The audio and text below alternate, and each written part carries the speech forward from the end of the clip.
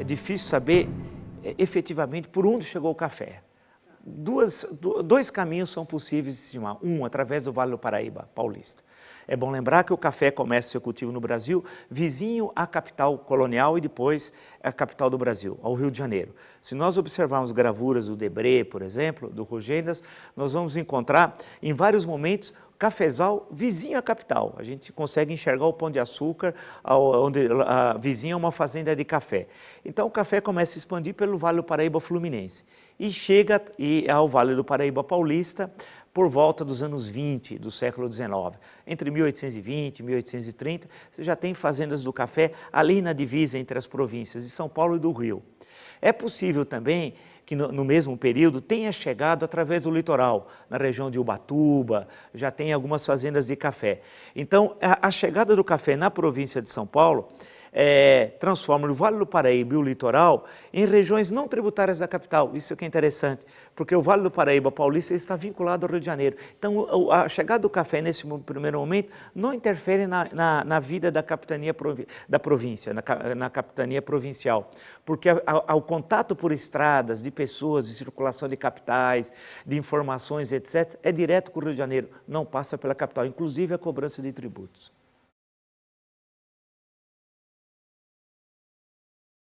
Então essa história do Vale do Paraíba, na verdade, do café no Brasil, da escravidão na cafeicultura, ela não começa aqui, ela começa no Caribe.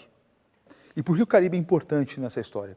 Ora, o Caribe foi o primeiro lugar no qual os europeus conseguiram produzir café em larga escala. O café é uma planta que não é uma planta da América, é uma planta que é da região de subbosque da Etiópia, né? É uma planta que foi domesticada originalmente pelos árabes, não pelos europeus. Os europeus tiveram acesso ao produto via consumo, via mercado, sem ter acesso direto à planta. Os holandeses foram os primeiros que conseguiram obter a planta dos árabes. Aclimataram o arbusto em suas possessões no Oceano Índico, levaram alguns espécimes para a Holanda e, por um esquema de espionagem, vamos dizer, biológica, roubo biológico, enfim, isso é uma história também corrente do capitalismo. E os franceses conseguiram se apossar da planta via holandeses. Esses foram os franceses que implantaram as primeiras plantações de café no Caribe. E foi no Caribe também que ocorreu a associação entre escravidão negra e cafeicultura. Ora, o lugar por excelência de produção de café no século XVIII, no Caribe, foi a colônia francesa de Saint-Domingue, que hoje é o Haiti. Às vésperas da Revolução Haitiana, Saint-Domingue, São Domingos, produzia cerca de 50% da oferta mundial de café, né? E isso é interessante observar também, porque a população escrava de Saint-Domingue, quando estourou a Revolução Escrava em 1790, né, era composta por cerca de 450 mil escravos. Desses 450 mil escravos, 140 mil estavam alocados, empregados na produção de café. Então ali constituiu o centro nervoso da atividade cafeeira mundial, né? Pois bem, essa revolução,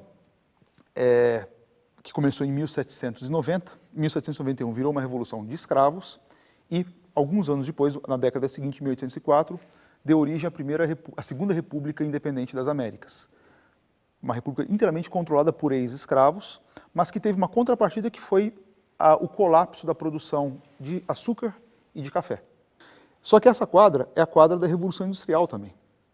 No momento que você tem, assim, então, um aumento da população urbana nos centros metropolitanos, né?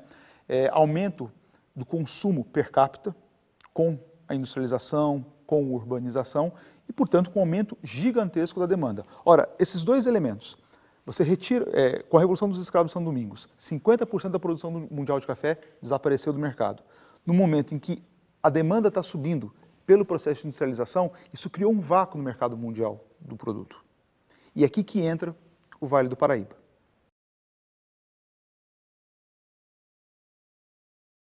A vinda da família real, ela trouxe uma série de impactos para a economia local. O primeiro deles, sem sombra de dúvidas, foi a abertura dos portos. Isso assim, uma exigência do próprio contexto das guerras napoleônicas, ou seja, a coroa portuguesa precisava recompor rapidamente suas rendas, e a única forma de recompô-las era estabelecer a conexão direta dos produtores brasileiros com o mercado mundial, haja vista que enfim, o território português estava em mãos dos franceses, né? Ora, a abertura dos portos teve um impacto gigantesco para a dinamização das atividades agroexportadoras em torno do Rio de Janeiro. O café ainda não era um produto-chave nessa pauta de exportações, mas logo se tornaria. E por que isso? Ora, como tentativa também de dinamizar a economia do Centro-Sul, né, aquelas terras do Vale do Paraíba, que até então haviam estado bloqueadas pela política de terras proibidas, elas passaram a ser sistematicamente ocupadas. Primeiro, em torno dos caminhos já existentes. O caminho novo, o caminho que ligava o Rio de Janeiro à região de Minas Gerais. Ali começaram a surgir várias unidades produtivas, de início, unidades que produziam aguardente para o tráfico negreiro. Começaram com essa possibilidade aberta com o colapso de Saint-Domingue e aumento da demanda por café no mercado mundial, elas começaram a converter a produção de açúcar em produção de café. Algo semelhante ocorreu também no caminho novo da Piedade, que vai de Lorena, atual município de Lorena, até o Rio de Janeiro. Esse era um caminho que havia sido aberto também no final do século XVIII. E ali você tem, já no começo do século XIX, fazendas de café surgindo, mas fazendas que são policultoras, elas produzem milho, elas produzem feijão, aguardente, açúcar, e o café começa a entrar também aos poucos ali. Mas, sobretudo, ponto-chave de deslanche cafeiro foram as fazendas que surgiram ao longo de duas novas estradas abertas durante o período joanino. A Estrada do Comércio e a Estrada da Polícia, que articulavam o sul de Minas, a região de produção de mantimentos do sul de Minas, ao porto do Rio de Janeiro. É nesse contexto, portanto, que ocorre o deslanche da cafeicultura. E a procura no mundo ocidental pelo café cresce muito nos anos 1820 e 1830. E aí tem a ver, de um lado, com a segunda Revolução Industrial. Né? Você tem um processo de intensificação da industrialização na Europa Ocidental, já não mais só na Inglaterra, e a chegada dos Estados Unidos como grande consumidor de café. Os Estados Unidos como grande consumidor de café já é possível ver nos anos 30, anos 40. De início porque você tem uma industrialização na região leste dos Estados Unidos, onde antigamente se falava do norte das 13 colônias inglesas da América do Norte. É bom lembrar, por exemplo, que os Estados Unidos venceu a guerra contra o México e nos anos 40, no final da década de 40 do século XIX, chega à Califórnia e é descoberto o ouro na Califórnia. A descoberta do ouro na Califórnia faz com que milhões de pessoas se desloquem, são milhões, da costa leste para a costa oeste. E muitos não vão ficar na Califórnia, vão ficando pelo caminho, no imenso território que é os Estados Unidos. Então o café brasileiro passa a atender, e o Brasil se transforma no maior produtor mundial de café, passa a atender essa imensa demanda. Então você tem a demanda na Europa, mas você tem uma imensa demanda nos Estados Unidos, que logo se transforma no principal importador do café brasileiro.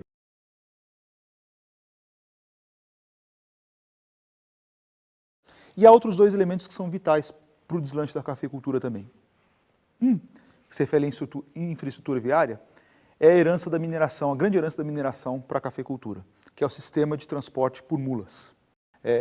Mulas que eram criadas no Rio Grande do Sul, no Rio Grande, melhor dizendo, que eram transportadas, que eram trazidas para a capitania de São Paulo, dentro do sistema da feira de Sorocaba, né? E esse sistema estava pronto. E esse sistema de transporte foi absolutamente vital para garantir a ultrapassagem da barreira representada pela Serra do Mar. O outro elemento que é vital para compreender o deslanche da cafeicultura era o tráfico negreiro bilateral entre Brasil e África. O tráfico para o Brasil, desde o século XVII, ele se situou num eixo bilateral, que articulava diretamente os portos brasileiros, Bahia, Recife, Rio de Janeiro, aos portos africanos. A vinda da família real para o Rio de Janeiro ativou imediatamente esse tráfico bilateral. Ele já era muito volumoso, mas ele cresceu dada a dinamização da economia brasileira nesse período. Ora, esse período de 1810 a 1820, o custo do trabalho no Brasil era um custo baixo por conta desse tráfico bilateral. Todas essas condições estimularam a cafeicultura. E o que aconteceu foi incrível, porque em menos de 15 anos o Brasil saiu de um patamar praticamente zero de exportação de café, e em 1830 o Brasil já igualava o que São Domingos havia produzido em 1789. Ou seja, foi uma montagem muito rápida.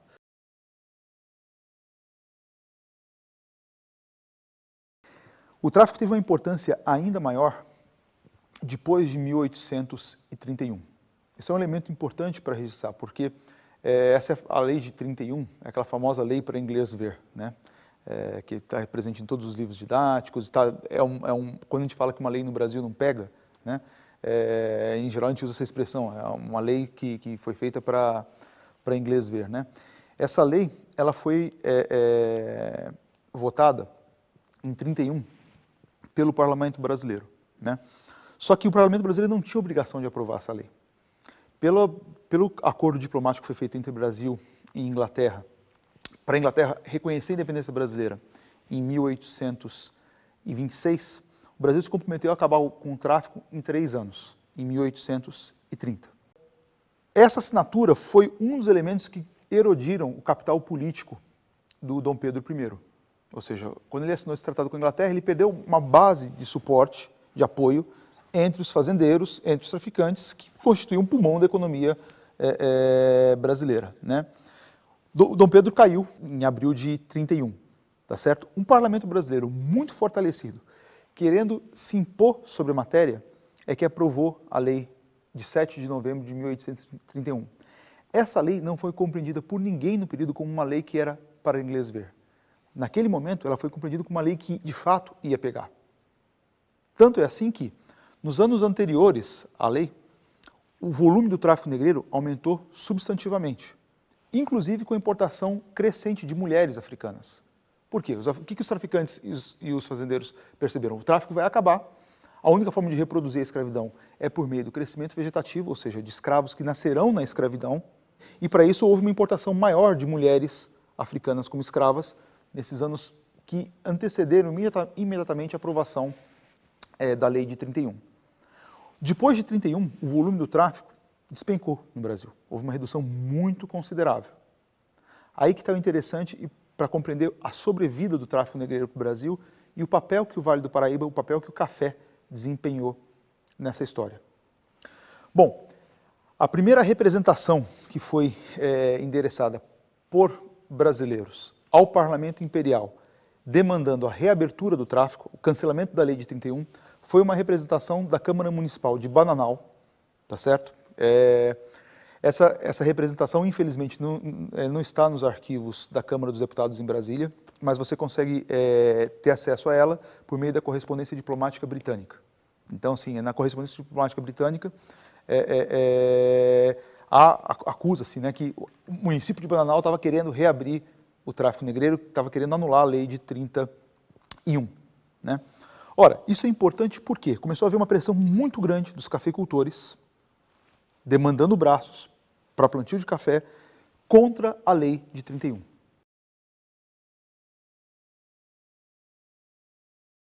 Nesse momento, se ajustou o quadro institucional do Brasil que ia vigorar até 1860. Por quê? Com essa demanda dos cafeicultores do Vale do Paraíba, de Bananal, Vassouras, Valença no Rio de Janeiro, Cantagalo, Paraíba do Sul, assim por diante, né?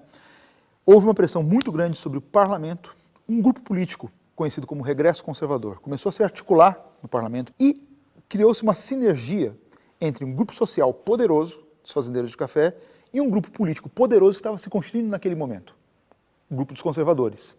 E essa aliança entre políticos no parlamento, que estavam controlando o Senado, que estavam controlando a Câmara dos Deputados, assim por diante, com cafeicultores, eles conseguiram anular, na prática, a lei de 31, reabrindo o tráfico negreiro.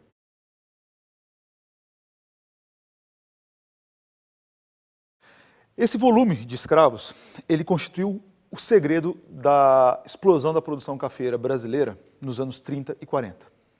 O Brasil atendeu ao aumento da demanda no mercado mundial, mas mais do que isso, o Brasil ditou o preço no mercado mundial. Os preços do café despencaram depois de 1830. Isso, o que aconteceu? Essa oferta a baixo custo dessa commodity, tá certo? Funcionou como um indutor do consumo. Na medida que o produto se barateava, ele se abria a quantidades cada vez maiores de consumidores nos centros urbanos, industriais da América do Norte, dos Estados Unidos e da Europa, tá certo? Então esse é um ponto-chave do segredo da cafeicultura brasileira, a quantidade gigantesca de escravos que são importados ilegalmente e que são alocados nas fazendas de café. Mas o segredo da cafeicultura brasileira não é apenas a quantidade bruta de mão de obra, mas também o próprio funcionamento interno das fazendas. E aqui está um outro elemento que diferencia a cafeicultura brasileira da cafeicultura caribenha. Desde que o café foi domesticado pelos europeus, os europeus mudaram a botânica da planta. O cafeeiro, nas suas condições ambientais originais, é uma planta que pode chegar a 4, 5, 6 metros de altura. É assim que os árabes a cultivavam. No Iêmen, enfim, ali no bico da Etiópia, né? Quando os holandeses se apossaram da planta, eles começaram a adotar a prática de decotar o cafeeiro. Ao invés de deixá-lo crescer até 4 metros, os pés começaram a ser manejados para terem uma altura máxima de 2 metros. Por que isso? Para facilitar a colheita pelos escravos, o manejo pelos escravos, tá certo? E os europeus, holandeses e franceses começaram também a adotar o sistema de plantio alinhado dos pés de café. Mas houve uma outra inovação da produção brasileira, ligada diretamente à massificação do produto e ao objetivo de, enfim, conquistar o mercado pelo barateamento do custo final. Qual foi essa técnica? O sistema de você plantar os cafeeiros com um espaçamento bastante considerável entre as fileiras de café, com um plantio alinhado vertical dos pés de café. A topografia do Vale do Paraíba é a famosa topografia de mar de morros, né? Nesses morros, os cafeeiros eram sempre plantados numa base que saía do chão até o topo do morro, sempre em linhas verticais, com um grande afastamento entre as linhas. Como é que isso se relaciona à exploração dos escravos? Ora, a forma básica de organização do trabalho escravo nas grandes fazendas do Vale do Paraíba era o chamado trabalho por turmas. Na linguagem do século XIX, essas turmas eram chamadas de ternos. Cada terno de escravo era composto, em geral, de 15 a 25 escravos. Isso para as grandes fazendas, que dominavam a produção no vale, né? Pois bem, cada um desses ternos de 15 a 25 escravos era comandado por um feitor, por um capataz, né? Feitor de roça. Esse feitor acompanhava os cativos e ficava supervisionando em tarefas como capina, né, colheita, a manha do solo em geral, né? Pois bem, um capataz que ficasse na base desses morros, com o plantio bastante afastado entre os pés, entre as linhas de pés de café, ele conseguiria facilmente visualizar da base do morro onde estava a linha de trabalhadores capinando, colhendo, assim por diante. Ora, com esse sistema, que era um sistema de controle visual do trabalho, era possível impor aos escravos uma carga muito grande de trabalho. Para tornar esse dado mais concreto, em Saint-Domingue, no Haiti, pré-revolução, cada escravo de roça cuidava de 1.000 a 2.000 pés de café. Esse número, 2.000 pés de café, foi o número inicial da cafeicultura no Vale do Paraíba. Só que na medida que avançou o século XIX, esse sistema de trabalho foi se desenvolvendo, foi se aprimorando, essa carga de trabalho subiu rapidamente para 3.000, 4.000 pés de café, para chegar, na década final da escravidão, a 5.000 pés de café por escravo.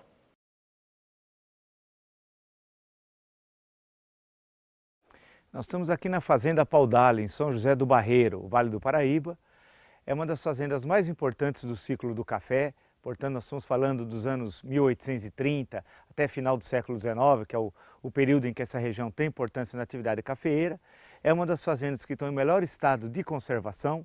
Nessa fazenda, e a construção mostra isso, nós temos a Casa Grande, onde morava a família do dono, do proprietário da fazenda de café. Nós temos os locais onde ocorria um beneficiamento do café, a senzala, instalação fundamental para uma fazenda de café nesse momento histórico, ainda nós estamos falando do período da escravidão, portanto anterior à Lei Áurea, e os locais onde moravam os trabalhadores livres, né? Afinal, haviam também os trabalhadores livres que viviam nas fazendas de café. A posição da construção da fazenda é fundamental, num local alto, que permite ao fazendeiro, ao feitor e aos seus agregados observar o conjunto da fazenda, né? Inclusive do caminho que circula, que passa muito próximo à entrada principal da fazenda, que era o caminho que ligava com a corte, com a cidade do Rio de Janeiro.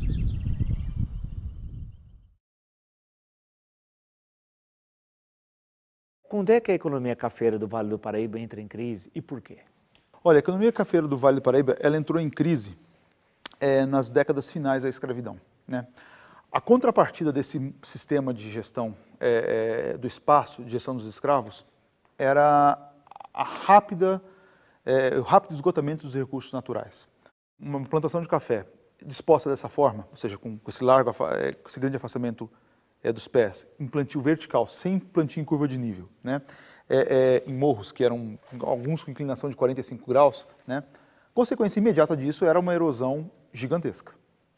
Então, para você ter uma ideia, há vários registros agronômicos do século XIX que mostram isso, né? Em 20 anos, toda a cobertura florestal, quando você plantava as fileiras de café, ela desaparecia, fruto exclusivo da erosão, da ação da chuva. O que se pode dizer é o seguinte, né? Uma pergunta que pode se fazer. Os fazendeiros tinham consciência desse sistema de plantio, do custo ambiental desse sistema de plantio? A resposta é sim. Eles sabiam que estava envolvido nesse sistema. A prova empírica disso. Ora, propostas para se plantar em curva de nível existiram no Brasil desde a década de 1830. E quando se falava em plantio em curva de nível, o que se colocava era justamente essa questão, ou seja, plantio alinhado vertical esgota os recursos naturais. Mas qual que era o raciocínio dos fazendeiros, né? Ora, com fazendas que eram gigantescas e com pouca mão de obra, a opção deles, o custo, enfim, o elemento caro era trabalho, não era terra. Ou seja, do ponto de vista dos fazendeiros, o que era mais racional? Explorar ao máximo a terra e poupar os trabalhadores, mesmo que esses trabalhadores fossem muito explorados. Ora, a gente consegue provar isso também pelo seguinte: se vocês pegarem o inventário de uma fazenda de café, os valores das fazendas, das terras das fazendas, eles são sempre discriminados em 3 rubricas: cafezais, mata virgem e pasto, ou capoeira, tá certo? Que é, enfim, terra que já não presta mais, né?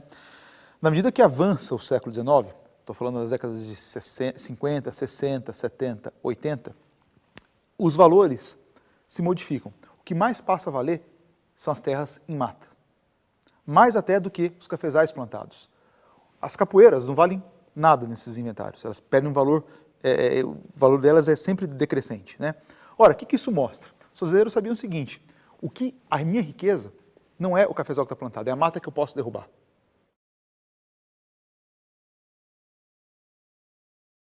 A exploração econômica dessas fazendas, ela vai até a abolição. E quando vem a abolição, esses fazendeiros perderam, enfim, o que constituía a essência da riqueza deles, que eram os próprios escravos. Mas isso não significa que essas fazendas saíram do mercado antes do 13 de maio. Elas continuaram produzindo até 13 de maio. Foram feitos arranjos com os ex-escravos para se continuar produzindo café depois do 13 de maio, na safra de 89, de 90, assim por diante.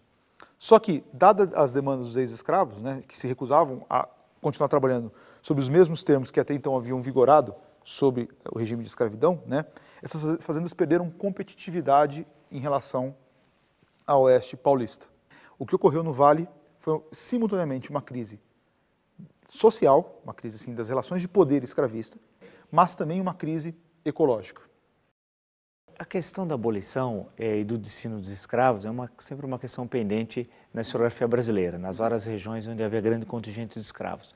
No caso do Vale do Paraíba Paulista, o que aconteceu no dia seguinte, no dia 14 de maio de 1888?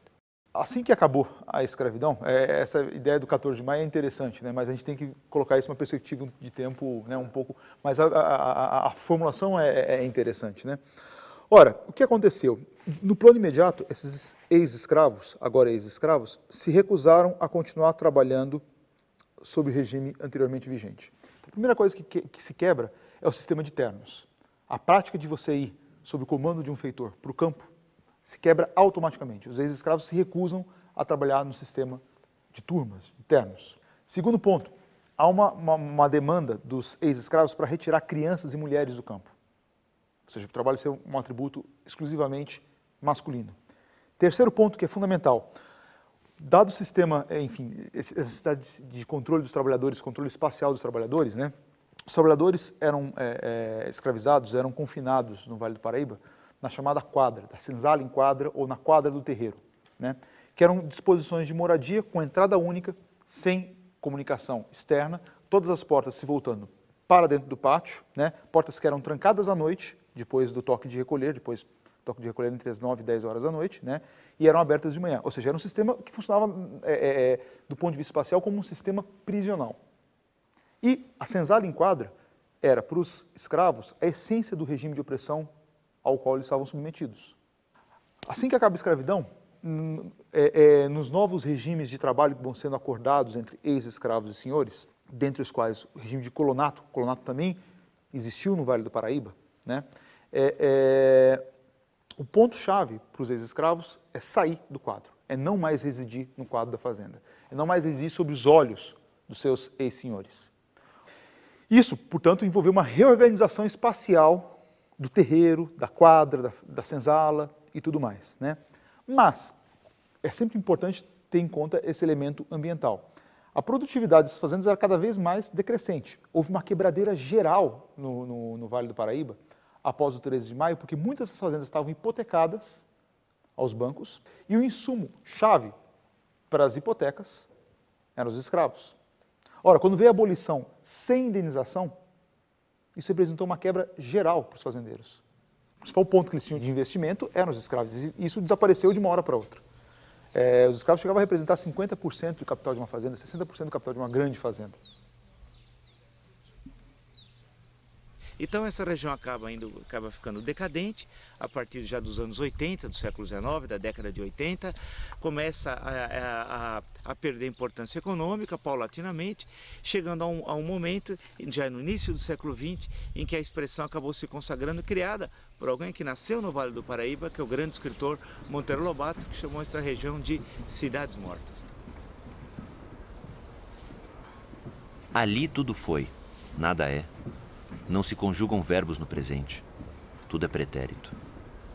Umas tantas cidades moribundas arrastam um viver decrépito, gasto em chorar na mesquinhez de hoje as saudosas grandezas de dantes. Monteiro Lobato.